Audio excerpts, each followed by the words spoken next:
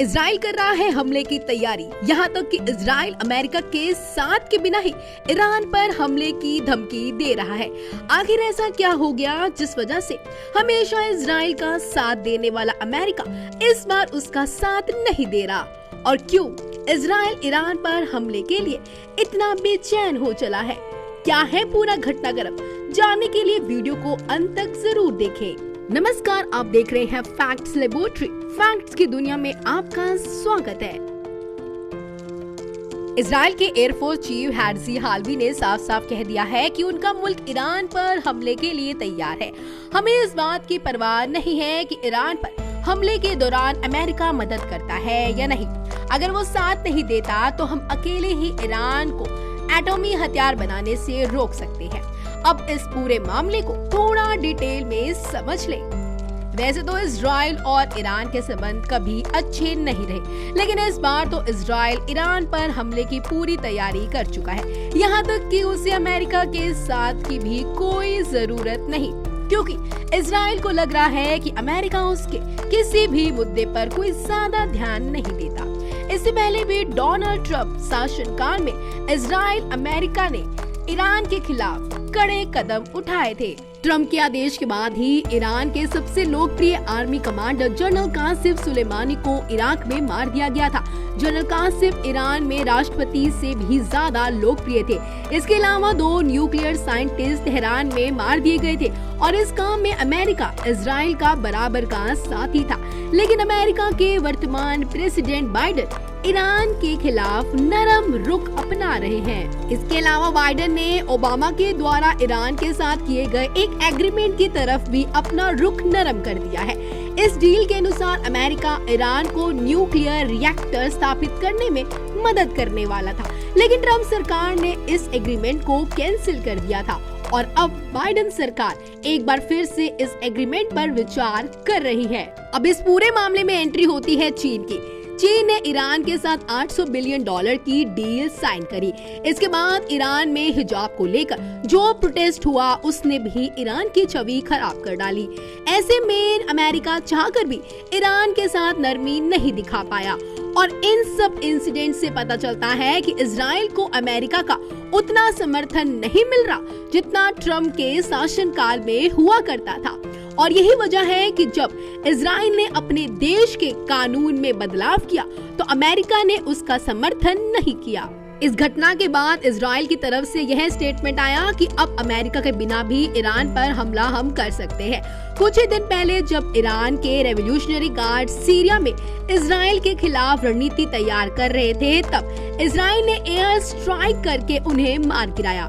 Israel का कहना है कि ईरान न्यूक्लियर वेपन बनाने के करीब पहुंचता जा रहा है। अगर ईरान न्यूक्लियर वेपन्स बनाने में कामयाब हो गया तो इससे इजराइल के साथ साथ कई अरब देशों की सिक्योरिटी को खतरा पैदा हो जाएगा। इसी वजह से ईरान को एटॉमिक ताकत बनने से हर कीमत पर रोकना होगा। ट्रंप के दौर में इजराइल और 5 अरब देशों के बीच 60 साल पुरानी दुश्मनी खत्म हो गई थी।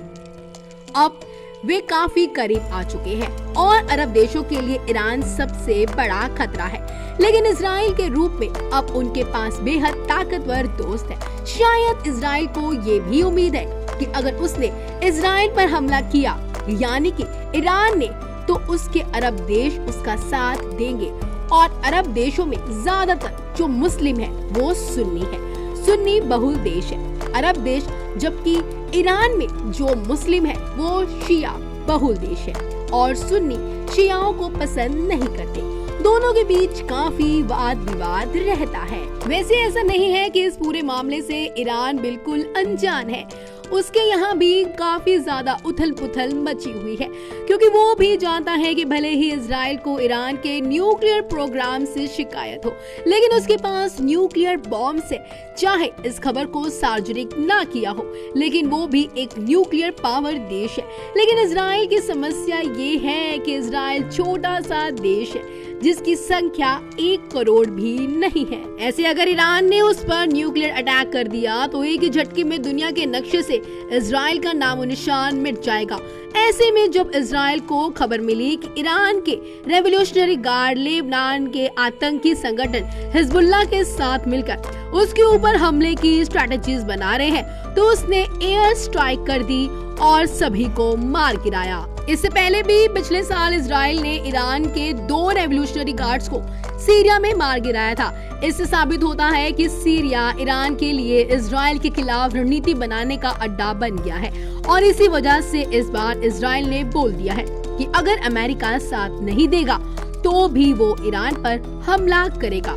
अब इजराइल को ये डर सता रहा है कि किस तरह से ईरान लगातार उसके खिलाफ साजिशें रच रहा है। कहीं ऐसा ना हो कि इजराइल देखता रह जाए और ईरान उस पर हमला बोल दे, और ये उसके लिए किसी भी तरह से अच्छा साबित नहीं होगा। इसलिए एक तरह से इजराइल खुद को बचाने के लिए ईरान पर पहले हमले की तैयारी में है। दूसरी तरफ अमेरिका अब तक इस मामले पर चुप बैठा है। उसने अभी तक इस पर कोई भी प्रतिक्रिया नहीं दी है, लेकिन बाइडेन के एक बयान से जरूर साफ हो गया है कि वो नहीं चाहते कि ईरान और इजराइल के युद्ध का मामला सुलझे और ना ही वो इस मामले को सुलझाने की कोशिश में है। उनका कहना है कि ईरान को डिप्लोमेटिक तरीके से एटॉमी हथियार हासिल करने से रोका जा सकता है, लेकिन इजराइल अमेरिका की इस बात से सहमत नहीं है। वह पूरा मन बना चुका है ईरान पर हमले का। इजराइल के आर्मी चीफ ने कहा कि हम ईरान के खिलाफ कार्रवाई के लिए बिल्कुल तैयार हैं।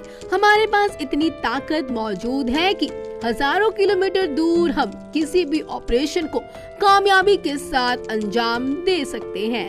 हमने ऐसी काबिलियत हासिल कर ली है कि किसी भी टारगेट को दूर से ही निशाना बना सकते हैं। इससे कोई फर्क नहीं पड़ता कि कोई टारगेट कितना दूर और कितना पास है। उन्होंने कहा कि इजराइल को बहुत अच्छी तरह पता है कि अकेले हमला कैसे किया जाता है और इसमें कामयाबी कैसे हासिल की जाती है। अच्छा होगा कि हमारा इस मिशन में साथ दिया जाए। अगर वो इसमें शामिल नहीं भी होते तो इसमें कोई दिक्कत नहीं है, इजराइल का कहना है। इजराइल खुद के दम पर ऐसे मिशन में कामयाबी हासिल करने की पूरी ताकत रखता है। दोस्तों, ये बयान इजराइल के ईरान पर हमले के पक्के मकसद को साफ भी करता है।